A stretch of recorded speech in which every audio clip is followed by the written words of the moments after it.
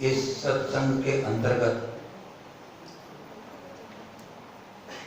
आचार्य प्रवर संबंध भद्र आचार्य के द्वारा यह रचित रत्नकरण्य सावकाचार का अपन यहाँ सब मिलकर के स्वाध्याय कर रहे हैं। भगवान महावीर स्वामी को नमस्कार करके जो कर्मों का नाश करने वाला है और भव्य जीवों को उत्तम सुख में ले जाने वाला है, ऐसे समीचीन धर्म के कहने की प्रतिज्ञा करने के बाद गुरुदेव ने कहा था कि सम्यक दर्शन, सम्यक ज्ञान, सम्यक चारित्र यह धर्म है और इसके जो विपरीत मिथ्या दर्शन, मिथ्या ज्ञान और मिथ्या चारित्र होता है वह संसार का कारण होता है, कुमार्ग है। फिर उस धर्म में का जो पहला अंग था सम्यक दर्शन, उसका स्वरूप बताते हुए कहा था कि जो सच्चे देव साथ गुरु का 3 मूर्ता 8 अंग, 3 मूर्ता रहित 8 अंग सहित और 8 मद रहित जो सद्धान करना होता है वह सम्यक दर्शन कहलाता है। इस सम्यक दर्शन के संबंध में अपन ने चारों अनुभवों के संबंध में चर्चा की थी कि प्रथमान योग और चरणान योग के अंतर्गत जो परमार्थ बोध या सच्चे या खरे जो देवसास गुरु है उनका श्रद्धान करना और द्रव्यानी योग की अपेक्षा से जीवादी 7 तत्वों का श्रद्धान करना या सबर का श्रद्धान करना या अध्यात्म की दृष्टि से, निश्चय नहीं की दृष्टि से निज अपनी शुद्ध आत्मा का श्रद्धान करना वह सम्यक दर्शन कहलाता है। इस पर चर्चा करने की थी। एक विषय को अपन ने छोड़ा था और कहा था कि बाद में चर्चा करेंगे, वह था कर्णानियोग का सम्यक दर्शन। कर्णानियोग का सम्यक दर्शन वही आत्मा की पर्याय होती है, बाकी ये सब साधन भूत होते हैं। कर्णानियोग का सम्यक दर्शन 3 प्रकार का होता है। उपसम सम्यक दर्शन, क्षयिक सम्यक दर्शन और क्षयिक सम्यक दर्शन। अनादि मिथ्या दृष्टि को 7 पर 5 प्रगतियों के उपसम से उपसम सम्यक दर्शन होता है और जो सादी मिथ्या दृष्टि होता है उसको 7 प्रगतियों के उपसम से उपसम सम्यक दर्शन होता है। अनादि मिथ्या दृष्टि का मतलब होता है कि जिसे अभी तक सम्यक दर्शन प्राप्त नहीं हुआ है वह कहलाता है अनादि मिथ्या दृष्टि। तो अनादि मिथ्या दृष्टि की आत्मा में अभी सिर्फ मिथ्यात्व कर्म की सत्ता है। दर्शन मोहिनी 3 प्रकार का होता है, आप सब जानते होंगे। मिथ्यात्व, सम्यक मिथ्यात्व और सम्यक, ये 3 प्रकृतियां दर्शन मोहिनी कर्म की 3 प्रकृतियां होती है। तत्वार्थ सूत्र में आप लोगों ने सुना होगा। तो अनादि मिथ्या दृष्टि को अभी सम्यक मिथ्यात्व और सम्यक प्रकृति की सत्ता नहीं है, उसका द्रव्य उसकी आत्मा में नहीं है और अनंतानुबंधी 4 कषाय उसकी सत्ता में है, इसलिए उसको 5 प्रकृतियों के उपसम से उसको उपसम सम्यक दर्शन होता है। और जो सादी मिथ्या दृष्टि का मतलब होता है कि जिसने एक बार जिस अनादि मिथ्या दृष्टि ने सम्यक दर्शन प्राप्त कर लिया तो सम्यक दर्शन प्राप्त हो जाने के बाद या हो जाने पर जो मिथ्यात्व कर्म होता है उसके 3 टुकड़े हो जाते हैं, वो 3 भागों में विभक्त हो जाता है। जो मिथ्यात्व का द्रव्य है वह सम्यक मिथ्या और सम्यक और मिथ्यात्व में भी रहता है, 3 भाग उसके हो जाते हैं। अब उसके सत्ता में 3 प्रकृतियां दर्शन मोहिनी की हो गई, मिथ्या, सम्यक मिथ्या और सम्यक। वो 4 प्रकृतियां अनंतानुबंधी कषाय के तो है ही उसके पास। तो ये 4 कषाय और 3 दर्शन मोहिनी 7 प्रकृतियों के इनके उपसम से उसको उपसम सम्यक दर्शन होता है। मिथ्यात्व और अनंतानुबंधी का उदय होने से उसको तत्व पे श्रद्धा नहीं होता है, उसको सच्चे देवसार गुरु पर श्रद्धा नहीं होता है। सच्चे देवसार गुरु का श्रद्धान कहो या तत्व का श्रद्धान कहो, कोई अंतर नहीं पड़ता है, क्योंकि सात तत्व का प्रतिपादन आगम में किया गया है और वह आगम जिनेंद्र भगवान के मुख से निकला है और उसका प्रतिपादन गुरुजन करते हैं। इसलिए उस सात तत्वों के अंदर देवसार गुरु गर्भित है या देवसार गुरु में सात तत्व गर्भित है, इसलिए सात तत्वों का उसको श्रद्धा नहीं होता है, क्योंकि मिथ्यात्व कर्म के कारण उसे धर्म में रुचि नहीं होती है। जिस प्रकार पित्त ज्वर वाला होता है, जिसको पित्त का ज्वर हो गया है, उसका जबान कड़वा हो जाता है, मुंह कड़वा हो जाता है, तो उसके कड़वे स्वाद के कारण उसे मीठा रस भी रुचिकर नहीं लगता है। ऐसे उसको मिथ्यात्व के कारण धर्म की बात उसे रुचिकर नहीं लगती है, या तो वो ऊँघता है, या तो आता ही नहीं है, या फिर किसी छोटी छोटी बातों में वहां लड़ने लग जाता है। मिथ्या दृष्टि जीव को धर्म कथान सुहाए, कोई ऊँघे, कोई लड़ी पड़े, कोई उठी घर जाए। ये सामने आ गया, सामने आ गया, देखो थोड़ा साइड में हो सकता।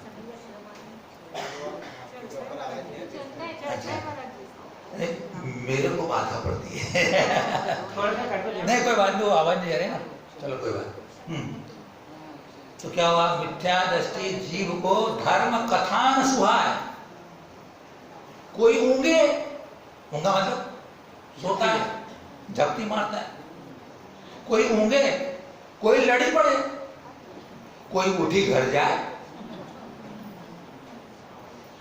अभी यहाँ धर्म सभा में आप बैठे हो, मोबाइल लेके आए हो कि नहीं आए हो? बोलो, नहीं लेके आए, अच्छे लोग यहाँ। मोबाइल आपका गारंटी बच जाए, महाराज या गुरु कैसी भी अच्छी बढ़िया आत्मा की, ज्ञान की, धर्म की, हित की बात करते रहे, करो महाराज, तुम तो मेरे को तो घंटी आ गई, वो उठ के चला जाएगा। लियो आगे घंटी आ गई। देखो कितना ये अपना परीक्षण है। अरे बड़ा भाग्य से मेरा मन बना कि चलो मैं महाराज के जिरवाणी सुनने चलूं, उसमें भी मोबाइल के प्रति कितना व्यामोह, परिवार के प्रति, धंधे के प्रति, सांसारिक कामों के प्रति कितना व्यामोह कि वो उसको छोड़ के चला जाता है। इसका मतलब क्या है, उसे भी आत्मा का हित करने का मन नहीं बना। बात कड़वी लग सकती है आपको जरूर कि मैं ऐसा क्यों कह रहे, नहीं मतलब मैं कहना चाहता हूँ, तो आप यहाँ आओ तो मोबाइल का स्विच ऑफ करके आओ। पहले सब मंदिरों में लिखा रहता था, वो निकल गया, क्या करे, कितने बोले, सब लोग खुदरते कहाँ है, सब अपनी मर्जी का काम करते हैं। आपकी जो सहेलियों सब 3 से 4 महीना मोबाइल में देता है बस, उसमें भी आरती भर के निकाला लेते हैं, इसलिए वो ठीक है, आरती भर चलिए, ठीक है। तो हमें यहाँ आकर के निराकुलता से, अरे आपका अहोभाग, आपका धन्य भाग कि चलो आत्महित की मार्ग सुनने को मिल रहा। तो उपशम का मतलब उसको मिथ्यात्व कारण तत्वता नहीं होता। जब उस परिणामों से, अपने परिणामों से वही जीव जो मिथ्या दृष्टि जीव है, वह तत्व की बात सुनता है, जिनवाणी की बात सुनता है और उस पर बार बार मनन चिंतन करता है, तत्वाभ्यास करता है, विचार करता है, तो उसका जो मिथ्यात्व अनंतानुबंधी कषाय है उसका वह उपशम हो जाता, मतलब उसका उदय रुक जाता है। उपशम का मतलब होता है इन 5 कर्मों का, 7 कर्मों का उदय नहीं होना, उनका उदय होना बंद हो जाना। हमारे आत्मा में इतनी ताकत है कि मैं कर्मों के उदय को रोक सकता हूं। हमारी आत्मा की ताकत इतनी है, हमारे परिणामों की, कि हम मिथ्या आदि कर्मों को रोक सकते हैं, बदल सकते हैं, नष्ट कर सकते हैं। तो उपशम का मतलब दबना, उपशम का मतलब उदय में नहीं आना। बरसात का समय है, अभी पानी गंदा आ रहा है, नदी नालों में पानी गंदा आ रहा है, नदी नाले का पानी अपन लेके आ गए घर में एक लोटा भर करके, अभी वो मैला पानी है, लाल रंग का पानी अभी है ना, उसमें पानी में कचरा मिला हुआ है। अब उसको हमें शुद्ध करना है, तब हम एक कतक फल होता है, फिटकरी होती है, ऐसा पदार्थ होता है, आप क्या क्या बोलते हैं पता नहीं, हाँ उसमें डाल देते हैं तो आधे घंटे में वो पानी धीरे धीरे धीरे धीरे उसकी जो मिट्टी होती है वो नीचे बैठ जाती है और ऊपर स्वच्छ जल हो जाता है, एकदम स्वच्छ जल हो जाता है। तो वही हुआ है, वो जो 5 या 7 कर्म थे अपने तत्व सद्धान रूप परिणामों से वो जो मिथ्या तो आदि अनंतानुबंधी कर्म थे वे दब गए, नीचे बैठ गए। अब वो उदय में नहीं आ रहे, उदय में थे मतलब पानी मत बैठा था, अब उदय में नहीं आ रहे मतलब बैठ गया, उपशम हो गया। तो उससे क्या हुआ, आत्मा में निर्मलता आ गई। उस निर्मलता से उसको उपशम सम्यक दर्शन नाम कहा जाता है।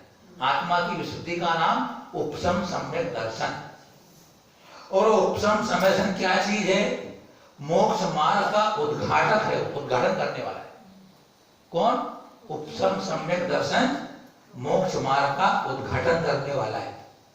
आपका नया घर बनता है, मकान बनता है, या कोई पांडल का जब पंचकारण बना है तो पंचकारण शुरू करना है, तो आप क्या करते हो, उद्घाटन करता बोले, उद्घाटन करेंगे बोले, तो क्या करते हो आप लोग, एक फीता होता है ना, फीते को खोल देते हो आप, है ना, फिर एंट्री आपकी हो जाती है, अंदर चलो बोले।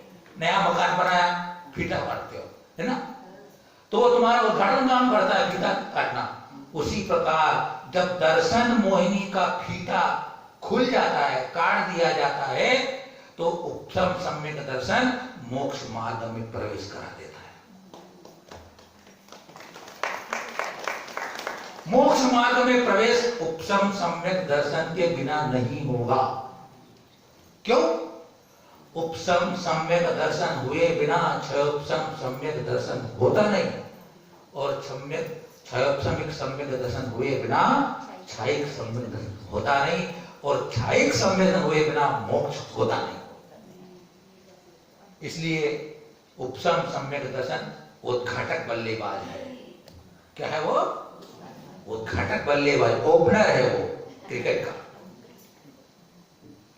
अब चले अपन क्षयोपशमिक सम्यक दर्शन पर।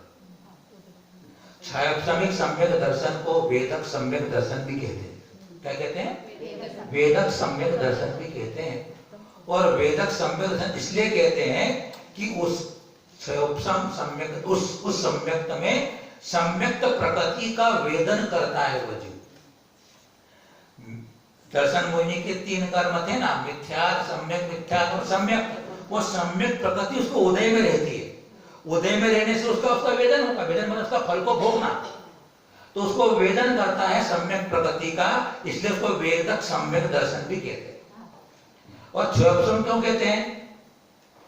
तो इसके अंदर क्या होता है कि जो मिथ्यात् और सम्यक मिथ्यात् और अनंतानुबंधी 4 कषाय, इनके सर्वघाती स्पर्धकों का उदयाभावी क्षय, आगामी काल में उदय में आने वाले इन्हीं कर्मों का सत अवस्था रूप उपशम, और सम्यक्त प्रगति, देशघाती सम्यक्त प्रगति के उदय से उसको क्षयोपशम सम्यक दर्शन होता है।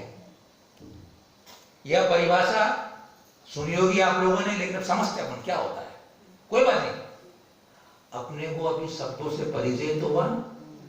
जिन्होंने पहली बार सुना होगा उनको लगा होगा क्या बोला महाराज ने, ये क्षयोपशम क्या होता है, उदयाभावी क्षय क्या होता है। आपको इतनी सरलता से समझा देंगे कि आपके भेजे में उतर जाएगा। क्या भगवान ने थोड़ा सा तुमको भेजा है, और उस भेजे में थोड़ा सा और भेज देते हैं। कोई कठिनाई नहीं है, आपको समझ में आएगा। 2 शब्द आ रहे हैं अपने को यहाँ पर, क्षयोपशमिक संवेदन, क्षयोपशम, क्षय धन उपशम, क्षय और उपशम, 2 बातों से क्षयोपशमिक संवेदन बन रहा है। कुछ कर्म ऐसे होते हैं जो कि आत्मा के गुण को प्रकट नहीं होने के, उसको बोलते हैं सर्वघाती प्रकृति बोलते हैं। जिनके कारण आत्मा का गुण प्रकट नहीं रहता है उनको सर्वघाती कर्म कहते हैं। और देशघाती कर्म उसे कहते हैं कि जिनके रहते आत्मा का गुण प्रकट होता है। तो सम्यक मिथ्यात और मिथ्यात ये कैसे हैं? सर्वघाती कर्म है, इनके होते हुए सम्यक गुण प्रकट नहीं होता है। अनंतानुबंधी कसाय भी कैसी है? सर्वघाती शक्ति वाली है, उसका नाम ही है सर्वघाती। देखो अगर आपको कर्णाटक में प्रवेश करना हो ना, शब्द ही बोलता है, शब्द ही कहता है, आपको याद करने की जरूरत नहीं। सर्वघाती, पूर्ण रूप से घात करने वाला, सर्वघाती।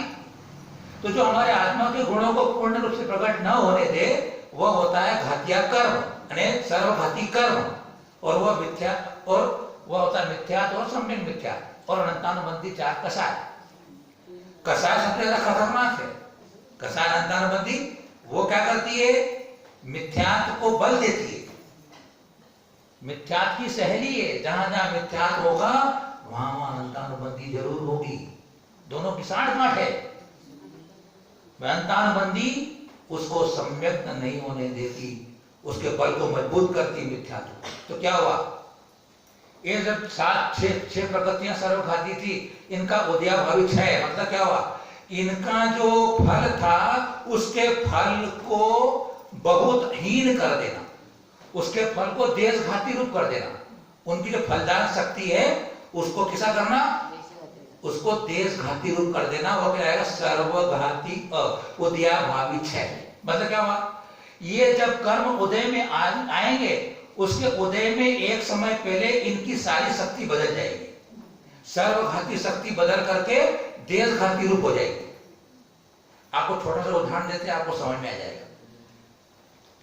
आपके यहाँ एक सब्जी होती है, उसका नाम करेला है। क्या है वो? करेला। करेला बहुत मीठा होता है,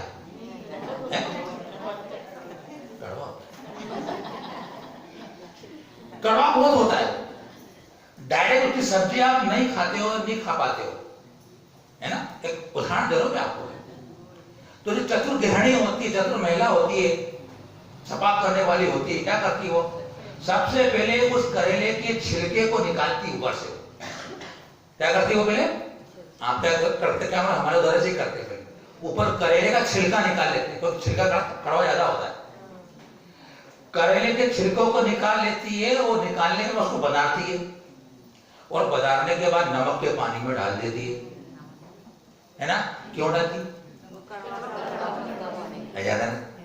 अब देखो, आपने उसकी कड़वाहट कम कर दी, और अब उसे आप जब बगाड़ते हो, बनाते हो, पुण्य लगाते हो आपकी भाषा में, तो उसमें गुड़ भी डालते हो, खटाई भी डालते हो, अच्छा बढ़िया मसाला डालते हो। क्यों? कड़वा नहीं लगे और टेस्ट लगे, गड़क से आएगा, है ना। वो गड़क क्यों गया? उसका आपने अनुभाग कम कर दिया, उसकी सर्वघातीपना कम कर दिया, पूर्ण का स्वाद घात दिया आपने, वो गुटक गया।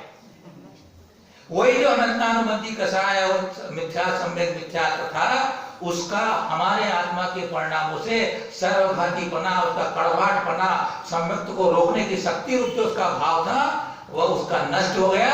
अब वो इस रूप में आ रहा है कि हमको सम्यक्त का परिणाम बना देता है। बीजे में गया कि नहीं गया? सब्जी गई कि गया?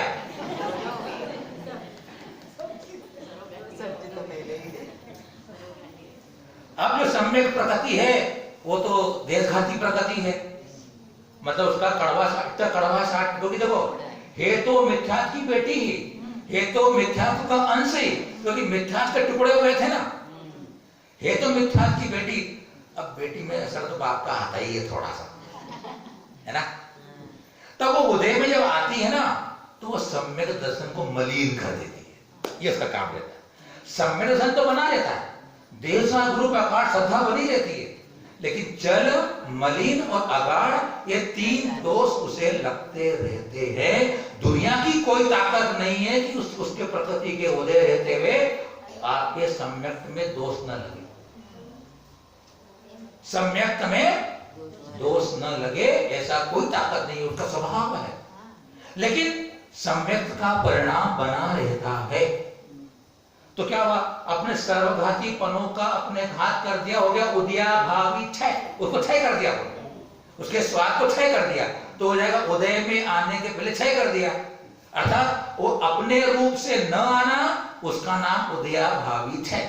सर्वघाती पने से अपने उदय में न आना, वह कहलाता है उदयाभावित है। उदय का अभाव रूप है, ऐसा उदय का अभाव रूप है, उदयाभावित है। ठीक है ना? आप समझ में आएगा ना उदयाभावित है क्या होता है, सर्वघाती क्या होता है। अब चले, उन्हीं का आगामी काल में उन्हीं का उपसत अवस्था उपसम, क्योंकि अपन ने तो इस सर्वघाती कर्मों को एक समय पहले ही बदला है। बात समझ आ रही है? एक समय पहले बदला है, लेकिन ऊपर पूरी और कर्म तो बैठे हुए वाले अपने, और सिर्फ एक समय पहले उसका स्वाद बदलेगा, बाकी उसी स्वाद को लेकर तो ऊपर बैठा हुआ है वो कर्म। कौन सा वाला? मिथ्यात्व सम्यक मिथ्या अनंतानुबंधी। तो सम्यक और सम्यक मिथ्यात्व प्रकृति जो ऊपर बैठी हुई है, अब वह उछल करके अक्रम से उदीर्णा में न आ जाए, इसको वहां पर उपसम कर देते हैं। उसको बोलते हैं उपसम। उदय के अयोग्य करना उपसम कहलाता है। लिख लो, उदय के अयोग्य करना उपसम कहलाता है। उदय के अयोग्य करना उपसम कहलाता है। अब उसको उपसम को समझाते हैं आपको। क्या समझाएं आपको पता है? मानो कि स्कूल के बच्चों के किसी लड़के का बर्थडे था, जन्मदिन था, उसने लड्डू बांटने की बात कही। मैं लड्डू बांटूंगा मेरे क्लास के बच्चों को। तो उन्होंने कहा ठीक है लड्डू बांटेंगे, लेकिन बांटने के क्रम से तो विद्यार्थी आएगा, एक एक लड्डू लेता जाएगा, क्रम से जाएगा, कोई लाइन तोड़ के नहीं आएगा, बोले, है ना? व्यवस्था ये होती है। तो वो उनको पहले नियम से बांध दिया गया, अगर लाइन से तोड़कर आओगे तो लड्डू नहीं मिलेगा। तब वो लाइन से आते हैं, लेकिन उसमें से चंचल था, उसने गुरु की बात नहीं मानी और वो लाइन तोड़ के आ जाता है।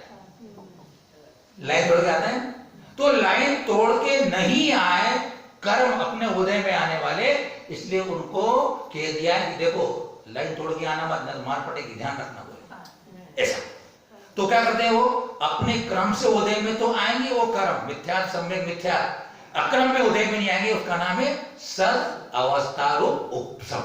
जहां है वहीं आपको रहना है सद, अने जहां पर तुम हो वहीं उपसम बैठे रहो, लाइन तोड़ के नहीं आना बोले। हो गया सद अवस्था रूप उपसम। उदयाभावी छह, अरे दोनों तो मिलकर बन गया क्षयोपसम। सीता के दो बेटे थे, एक का नाम था आनंद लवणा और एक का लवणाकुश, है ना? अब हम क्या बोलते हैं? लव कुश। तो अपन उदयाभावी छह में से छह ले लिया, सत अवस्था उपसम में से उपसम ले लिया, क्षयोपसम बन गया। है कोई फर्क नहीं पड़ा? छह तो उदयाभावी छह में छह को ले लिया, और सत और तो उपसम में से उपसम ले लिया, तो छह उपसम से दोनों चीजों से बनता है छह उपसम। अब कैसा बना ये? अनंतानुबंधी अब क्या करेगी? अपने रूप में नहीं आएगी, सम्यक का परिणाम हो जाता है, क्योंकि अब मिथ्या सम्यक मिथ्या उदय में तो नहीं आ रहे, उनका स्वभाव अब नष्ट हो गया, अपने वो सम्यक का परिणाम हो गया। अब अनंतानुबंधी को क्या करना? तब कहते हैं कि देखो भाई, ये दो चार में तीन में से दो तो हमारे पक्ष में आ गए, तीन में से दो तो हमारे पक्ष में आ गए, तो तीनों मिलकर के अनंतानुबंधी की पिटाई करते हैं। क्योंकि देखो अनंतानुबंधी दोनों दोनों दो दोस्त थे ना पार्टी के, उस पार्टी में से दो को अपने मिला लिया। अब उस उन चारों को अनंतानुबंधी कसाय को तीनों मिलकर पीट रहे हैं, और पीटते हैं, अरे बाबा मत मारो, मत छोड़ो छोड़ो, ठीक है हमारे साथ देना पड़ेगा, ठीक है हाँ। अब अनंतानुबंधी भी अपना रूप छोड़ देती है और वो उदय में नहीं आती है, तो वही हो जाता है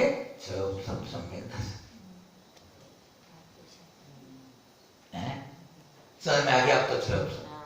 और हमारा को भी ज्ञानावर्ण का क्षय चल रहा है, उसकी प्रक्रिया भी ऐसी है। दर्शनावर्ण कर्म का क्षय चल रहा है, उसकी प्रक्रिया भी ऐसी है। अंतराय कर्म का क्षय अपने को चल रहा है, उसकी प्रक्रिया भी सेम यही है। इसी प्रोसीजर से हमें को ये चार कर्म क्षोभम रूप से हमारे को फल दे रहे हैं, हमारे परिणामों को लेकर। अब क्षोभम सम्यक दर्शन सस्ता भी है, सुंदर भी है, टिकाऊ भी है। कैसा है वो?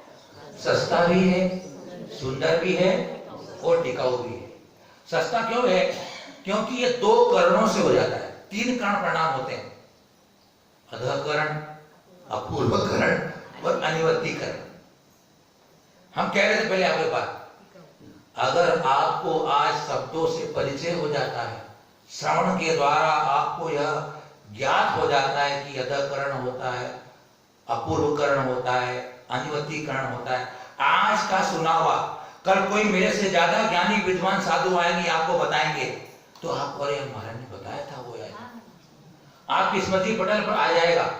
जिनवाणी ऐसी है तुम्हारे अंदर के कोष में बैठ जाती है। भूल जाना अलग बात है, भूल जाओगे आप, कोई तकलीफ नहीं होगी आपको। लेकिन जब कभी वापस जिनवाणी सुनोगे किसी के मुख से, आपको स्मृति में आए बिना नहीं रहेगी। ऐसी परम उपकारी हमारी मां जिनवाणी है। तुमको बाहर की बातें एक बार भूल जाओगे, लेकिन जिनवाणी के संबंध में कहा, गुण स्वामी ने, भट्टकेर स्वामी ने, मूलाचार्य ने कहा कि जो जिनेंद्र भगवान की वाणी को विनय पूर्वक, श्रद्धा पूर्वक अगर सुनता है, सुन लेता है, और कदाचित प्रमाद के कारण अगर वो भूल भी जाता है, तो उसको आगामी समय में केवल ज्ञान की प्राप्ति में निमित्त बन जाता है। गुणगुण स्वामी की घोषणा याद रखना, किसी छोटे मोटे आचार्य की नहीं। वो जो कह रहे हैं वो जिनवाणी कह रहे हैं कि तुम भूल भी जाओगे तो तुम्हें तिरंग गति में याद आ जाएगी, नरक गति में याद आ जाएगी, देवता की पर्याय में याद आ जाएगी, मनुष्य पर्याय वापस धारण करोगे उसमें याद आ जाएगी। तत्व सुना हुआ कभी तुम्हारा व्यर्थ नहीं जाने वाला है। सम्यक दो प्रकार का होता है, निसर्ग सम्यक दर्शन और अधिगम सम्यक दर्शन। अधिगत सम्यक दर्शन तो क्या होता है, गुरु का उपदेश सुनकर सम्मेलन हो जाता है, और निसर्ग सम्मेलन में क्या होता है, गुरु के उपदेश के बिना सम्मेलन होता है। और गुरु के उपदेश का, उसके बिना का मतलब क्या, कि पूर्व में गुरु से जो देशना सुनी थी, वह देशना उसको उस समय काम आ जाती है। तत्व सुना हुआ है, ग्रहण किया हुआ है, आपको किसी भी पर्याय में आपको उपलब्ध हो जाएगा। सुनो, यह श्रावक, यह सुकुल पर्याय, यह मानुष पर्याय सुकुल सुनियो जिनवाणी, यह विधि गए न मिले तो सुमन समाधि। मनुष्य पर्याय, यह मानुष पर्याय, सुकुल उत्तम कुल मिला अपने को, यह मानुष पर्याय सुकुल सुनियो जिनवाणी। दौलत राम जी तीसरी हाल में कहते हैं, क्या चौथी हाल में कहते हैं, सुकुल सुनवाणी सुनो, यह विधि गए न मिले। अगर ये छूट गए, नहीं मिले, तो इस प्रकार कोई रत्न समुद्र में गिर जाए, अंगूठी गिर जाए अपनी कभी नदी या किसी समुद्र में, तो उसका मिलना दुर्लभ होता है। वैसे तुम्हें आज जिनवाणी सुनने को मिल रही है, न जाने कहां आप अगली पर्याय में चले जाओ, एक इंद्रिय हो जाओ, दो इंद्रिय हो जाओ, संगी पंचेंद्रिय हो जाओ, नरक में चले जाओ, कहां तुम्हें सुनाने वाला मिलेगा। सुनियो जिनवाणी, अथक प्रयास करो। अथक प्रयास करने वाले को सफलता मिलती है। व्यक्ति शादी करता है, शादी करके क्या करता है, मुझे पुत्र की उत्पत्ति करना है। सफल अच्छे ही होता है ना। सभी लोग शादी करते हैं, पुत्र उत्पत्ति के लिए करते हैं, सभी पुरुषार्थ चालू होते हैं, लेकिन कोई ऐसे होते हैं कि 99% को तो हो जाता है, 1% को नहीं होता है ना।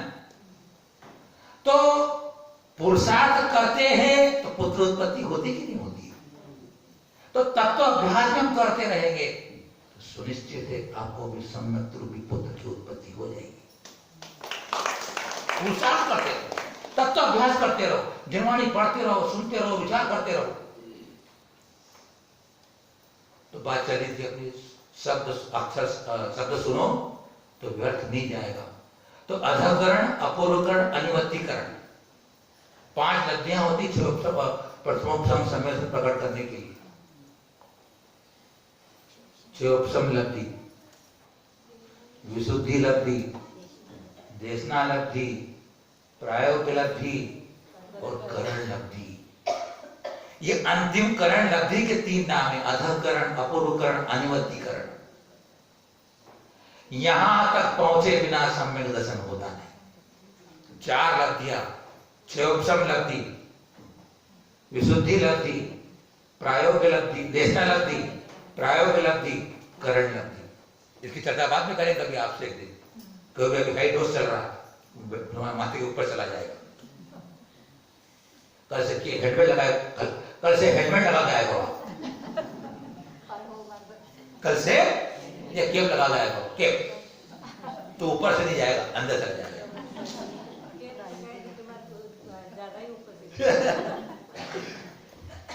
तो क्या हुआ, कहा चल रहा, हाँ सस्ता, सुंदर, टिकाऊ। तो 2 करणों से हो जाता है।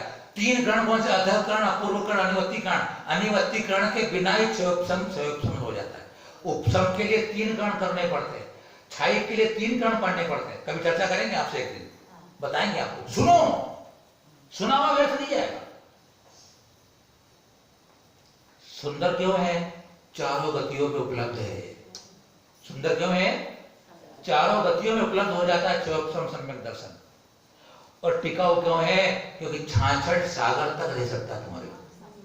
कितने तक, 66 सागर तक। उपसम सम्यक दर्शन अंतर्मूर्त के बाद नष्ट हो जाता है। उपसम सम्यक दर्शन का काल कितना है, अंतर्मूर्त। अब अंतर्मूर्त कौन सा लगाओगे आप, किसको बोलते हैं अंतर्मूर्त, आप जानते हो, बोलो। हैं 48। पीछे वाली क्या बोलती मेरी बहन जी, माता जी, दादी जी, बोलो अंतर्मुख किसको बोलते हैं, बोलो दादी जी, मामी, मौसी, अक्का, ताई, बोलो कौन बोलता है अंतर्मुख किसको बोलते हैं, हाँ बोलिए अंतर्मुख किसको बोला है,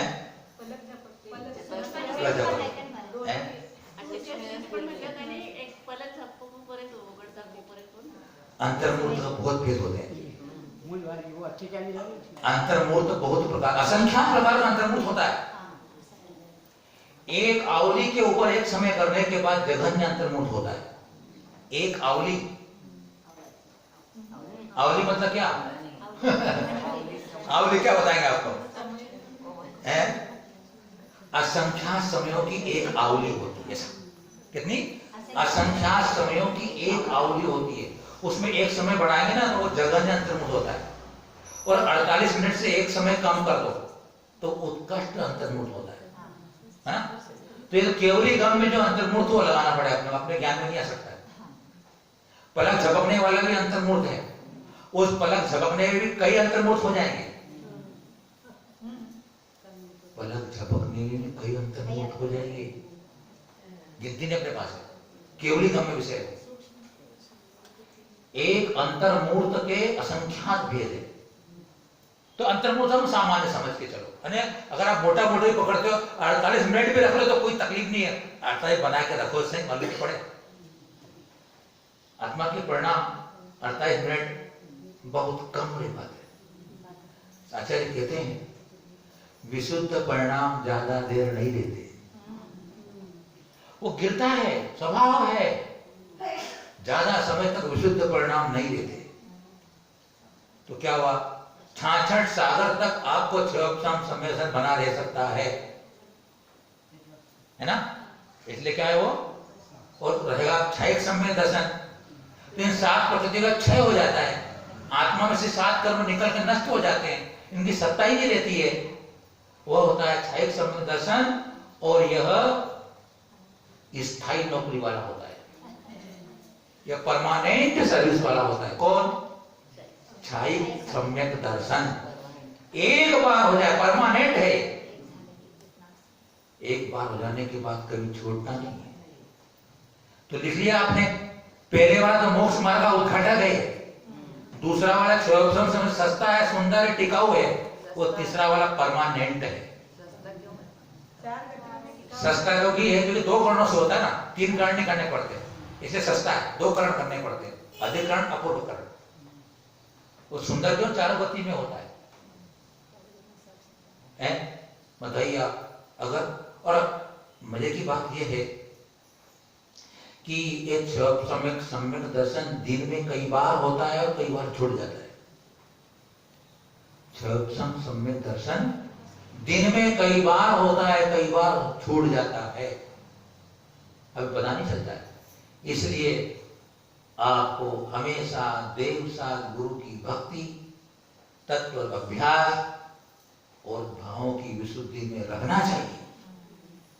अन्यथा अगर अनंतानुबंधी कसाय हो जाएगी तो छूट जाएगा अनंतानुबंधी कसाय में, क्योंकि अनंतानुबंधी कसाय सम्यक का घात करने वाली होती है।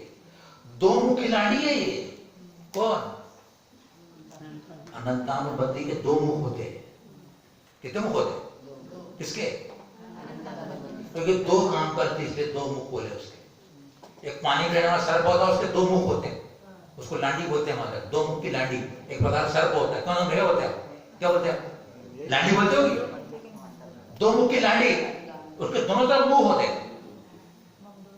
अनंतानुबंधी सम्यक का घात भी करती है और चरित्र का घात भी करती है। चारित्र मोहिनी कर्म की प्रकृति है वैसे ही अनंतानुबंधी।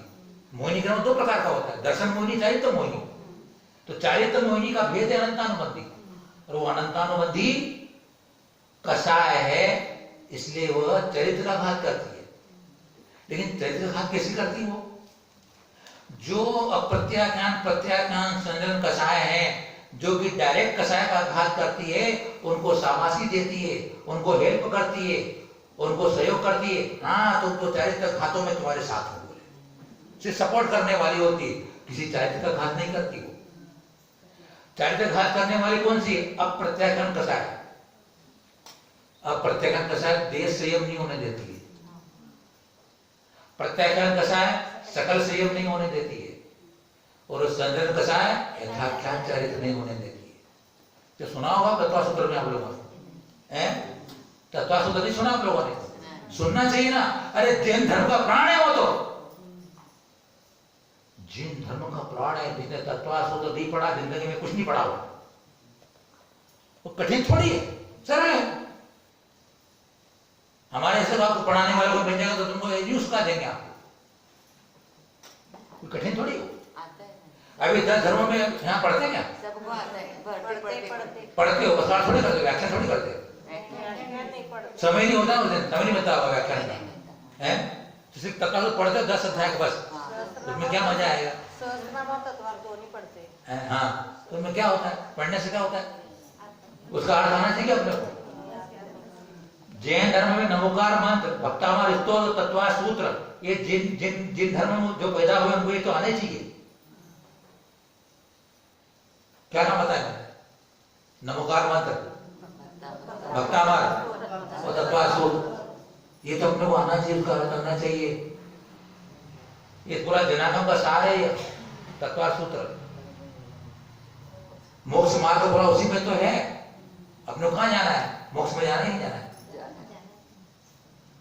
तो आज बड़ा हाइडोस हो गया आप लोगों के लिए, मेरा समझ नहीं, कोई बात नहीं, डरो मत। अच्छी तरीके से आपके बात समझाएंगे, आपको समझ में आएगा। आज एक कार्यक्रम करते हैं अपन, अच्छा लगेगा अपने को। अपने को कल बताया था कि जो हमारा आत्म होता है, देह होता है, वह उच्छिन्न दोष होता है, दोषों से रहित होता है। अर्थात उसमें 18 दोष नहीं होते, अर्थात वह वितरागी होता है। इसलिए कहा गया कि जो श्वेतांबर मान्यता वाले लोग होते हैं, श्वेतांबर धर्म को मानने वाले होते हैं, वो अनंत भगवान में भी दोष मानते हैं। क्या मानते वो भी? अर्थात उन्होंने श्वेतांबर संप्रदाय में उन्होंने भगवान महावीर स्वामी को 35 रोग पैदा करा दिया, और 35 रोग करा करके उनको दवाई खिला दी। भगवान महावीर स्वामी पेचिश रोग होता है, मसे का रोग होता है कोई। और दवाई में मांस में दी। हाँ इसी बात बताइए। दवाई में मांस में दी। इसलिए उनका निराकरण करने के लिए कहा कि जो आप तो होगा, जो सच्चा देव होगा, उसको 18 दोष नहीं होंगे। तो 18 दोष कौन से होते हैं बता रहे हैं। क्षुत् पिपासा जरातंक,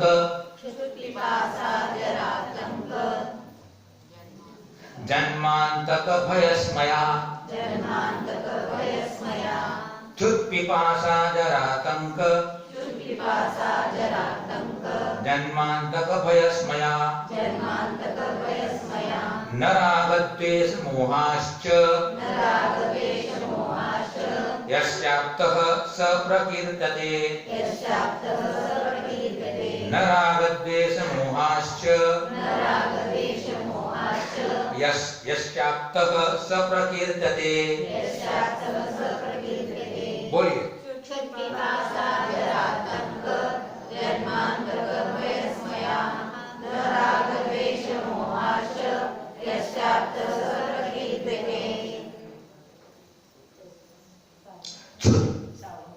क्षुधा ने क्षुधा भूख, पिपासा प्यास,